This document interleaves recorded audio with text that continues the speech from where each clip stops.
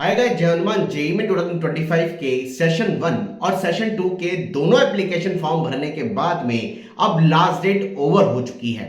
और last date over होने के बाद में जहां बेसब्री से देश के लाखों स्टूडेंट्स को फॉर्म में जो उन्होंने छोटी छोटी कोई ना कोई गलती कर दी है उसके करेक्शन का इंतजार है। करेक्शन विंडो कल 27 से 28 के बीच में ओपन होगी, यानी 27 से 28 फरवरी तक आप लास्ट करेक्शन कर सकते हैं। अभी करेक्शन के लिए सबसे बड़ा कंफ्यूजन और सबसे बड़ा चैलेंज जो स्टूडेंट्स का हमारे पास आ रहा है, खासकर वो स्टूडेंट जिन्होंने पहले जनवरी में फॉर्म भर दिया जनरल कैटेगरी से और अब वो फरवरी के बाद जो रजिस्ट्रेशन प्रोसेस चला है और साथ साथ वो सेशन 2 के लिए कैटेगरी चेंज करके ओबीसी और ईडब्ल्यूएस, खासकर मैं उनकी बात करता हूं क्योंकि एससी एसटी वाले बच्चों के पास तो अपना डॉक्यूमेंट होता है, उनके पास तो बिल्कुल क्लियर होता है कि वो कैटेगरी एससी एसटी से बिलोंग करते हैं। लेकिन बहुत बड़ी संख्या में ऐसे बच्चे हैं जिन्होंने पहले जनवरी सेशन में जनरल कैटेगरी से फॉर्म भर दिया और आज वो 1 अप्रैल 2025 के बाद का ओबीसी और ईडब्ल्यूएस का सर्टिफिकेट बना सकते हैं और वो कैटेगरी चेंज करना चाहते हैं। हमने जनवरी जेईई मेन सेशन में भी देखा था कि कैटेगरी रिलेटेड डिटेल उन्होंने मांगी थी, जिसमें अथॉरिटी नेम मांगा था,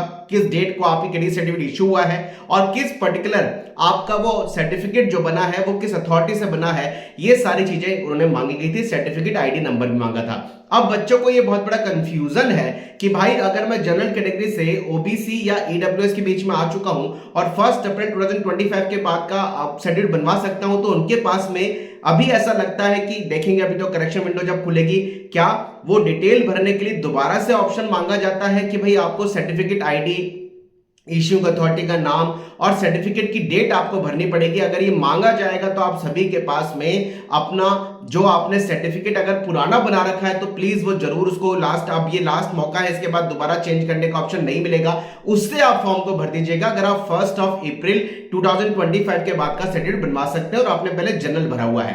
साथ साथ अगर आप सर्टिफिकेट अप्लाई करने की रिसिप्ट भी आपके पास है, आप उस रिसिप्ट से भी अपने फॉर्म को भर सकते हैं। जैसा कि हमने जनवरी जेईई मेन सेशन के फॉर्म में देखा था कि 15 दिन बाद एनटीए ने डिक्लेयर किया था कि आपके पास जो अप्लाइंग करने वाली रिसिप्ट है आप उसके सर्टिफिकेट आईडी रिसिप्ट नंबर से फॉर्म को भर दीजिए ताकि वो आप फॉर्म को भर पाए। तो बच्चों, अगर आप किसी जनरल कैटेगरी से पहले फॉर्म को भर चुके हैं और आप अब कैटेगरी में आते हैं ओबीसी डब्ल्यूएस में और आपको लगता है कि आप 1 अप्रैल 2025 के बाद का डॉक्यूमेंट जरूर दे सकते हैं, तो कैटेगरी चेंज करने का ये लास्ट मौका है। आपके पास जो अप्लाई की गई रिसिप्ट है उससे आप फॉर्म को भर सकते हैं। हालांकि देखना होगा कि वो सर्टिफिकेट के साथ डिटेल उन्होंने वापस से मांगी है या डायरेक्ट कैटेगरी चेंज करने का ऑप्शन दिया गया है, वो तो जब आपकी करेक्शन विंडो खुलेगी तभी पता होगा।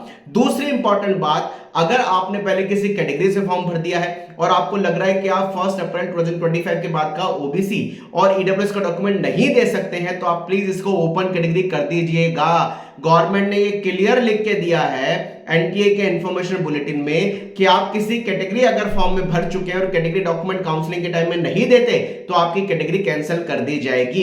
इवन दो इस बार तो एनटीए ने इंफॉर्मेशन बुलेटिन में, जेईई मेन के इंफॉर्मेशन बुलेटिन में लिखा है कि कैटेगरी कैंसिल कर देंगे।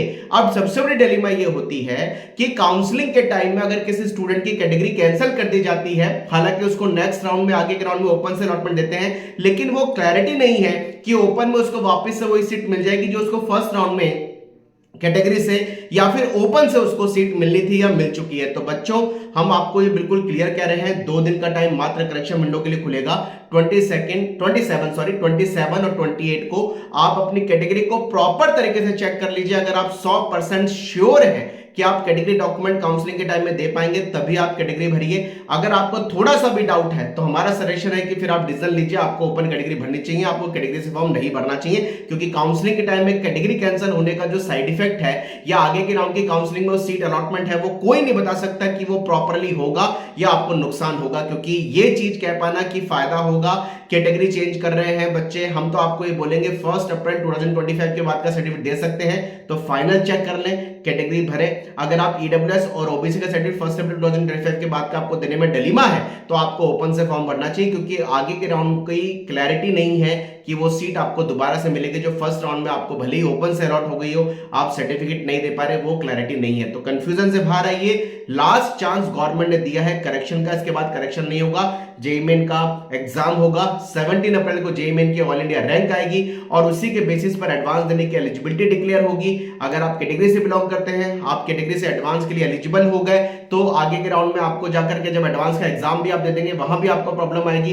वाइस वर्सा, अगर आपने कैटेगरी सर्टिफिकेट काउंसलिंग के टाइम में देना है, अभी आपने ओपन भर रखा है, तो प्लीज कैटेगरी सर्टिफिकेट को आप डिफाइन कर लें, क्लियर कर लें और उसके बाद कैटेगरी चेंज कर लें। और 10-12 की डिटेल चेंज करने का, एग्जाम सिटी चेंज करने का प्रॉपरली ये लास्ट टाइम है, इसके बाद कोई करेक्शन विंडो नहीं खुलेगी, ये ध्यान रखिएगा। तो उम्मीद है ये करेक्शन से रिलेटेड चीजें, बहुत सारे बच्चों की हमारे पास क्वेरीज आ रही थी, खासकर कैटेगरी वाले बच्चों के, मेरे पास इतने सारे बच्चों की क्वेरीज आ रही थी। स्टेट ऑफ एलिजिबिलिटी भी आप चेंज कर सकते हैं। पहले अगर आपने 12 किसी और स्टेट से गलत भर दिया है तो प्लीज उसको सही चेक कर लीजिए। हम तो बोलेंगे पूरे फॉर्म को एक बार हर बच्चा प्रॉपर तरीके से चेक कर ले। अगर उसको कोई भी डिलेमा है, कोई भी डाउट है, तो पहले उसको सही फिगर आउट कर ले, समझ ले, सारी चीजों को प्रॉपर चेक कर ले, उसके बाद ही करेक्शन करें। करेक्शन एक बार कर दिया दोबारा नहीं होगा, अब केवल एग्जाम होगा और उसके बाद में ऑल इंडिया रैंक आएगी और फिर एडवांस की फॉर्म फिलिंग होगी। ये पूरा का पूरा प्रोसेस यही डेटा के साथ में काउंसलिंग में रिफ्लेक्ट होगा। Wish you all the best. उम्मीद है करेक्शन करने से पहले इस वीडियो को पूरा आप सुन लेंगे